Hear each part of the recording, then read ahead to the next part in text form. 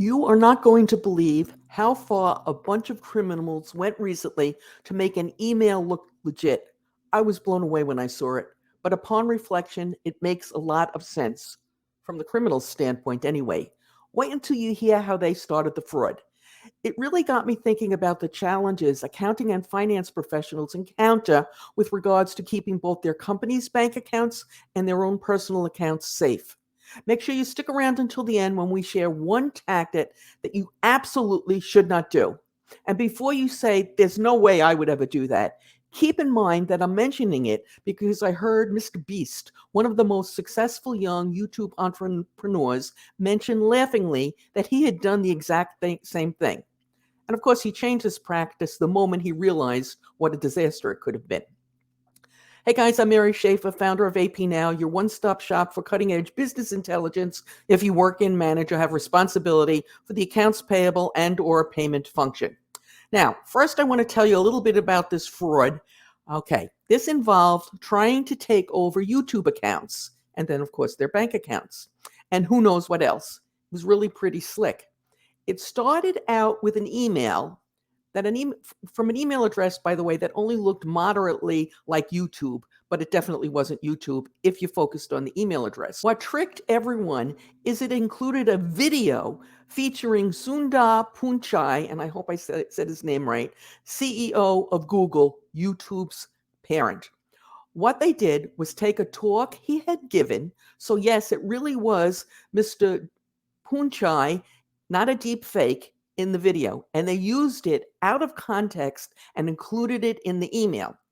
Getting a copy of the video was simple. So before anyone really had a chance to look closely at the email address, they were lulled into thinking everything was on the up and up because, after all, it was the CEO of Google who was talking to them. The fraud was somewhat complicated, and it had some legitimate features, but the end result was anything but that. It sends chills up my spine as I realize how easily the same thing could have been done with bank accounts.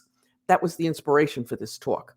I want to go over several practices we all need to integrate into our policy and procedures so you don't get tricked into turning over access to your bank account, be it your company's bank account or your personal bank account. Okay? Now, number one, and I hope that everybody listening knows this, never click on a link in an email from your bank, no matter how certain you are it's legitimate. What should you do? And instead, if you think it's legitimate, log into your account, into your bank account, and back your way to whatever issue the email was talking about. Okay? And you can do this with not only your bank accounts, but more or less anything. Don't click on the link, just log into the account and back your way. Usually there'll be a place for, messages from the service provider. Okay, that's number one. Number two, when it comes to your bank accounts, diversify.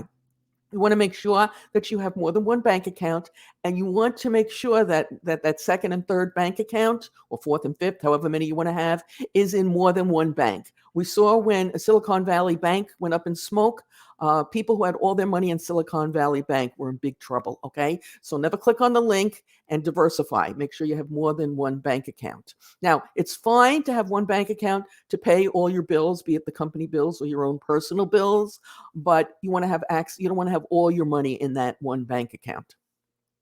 Okay, now before we get to the blooper that Mr. Beast says he committed, I'd like to share with you that at AP Now we have over 350 videos in our library with new accounts payable and payment videos being added every Tuesday and Thursday, and some shorts on other days. Occasionally on Saturdays we have some Wordle fun. So please check out the rest of this channel after you finish listening to this. Now, by the way, for those of you who don't know who Mr. Beast is, his real name is Jimmy Donaldson, and he is a 24-year-old YouTuber who is reputed to recently have turned down $1 billion for the empire he built based on his YouTube channel. He's exceedingly gracious and generous about sharing his expertise and insights with others. Okay, and this comes down to password safety. Never, never, never put your password on a yellow sticky on your computer. Mr. Beast shares the example of he was robbed.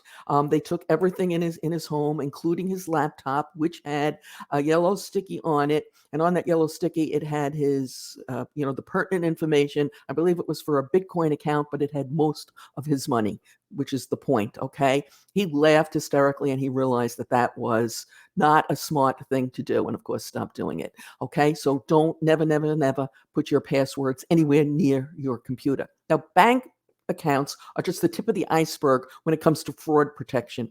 We recently did a talk on 13 red flags every organization should be aware of if they want to protect themselves against scam artists and fraudsters looking to take what does not belong to them. You can watch it right now using the link that will appear momentarily on your YouTube screen and is in the description below. As always, we appreciate your thumbs up, your comments, your shares, and your subscribes. Be safe.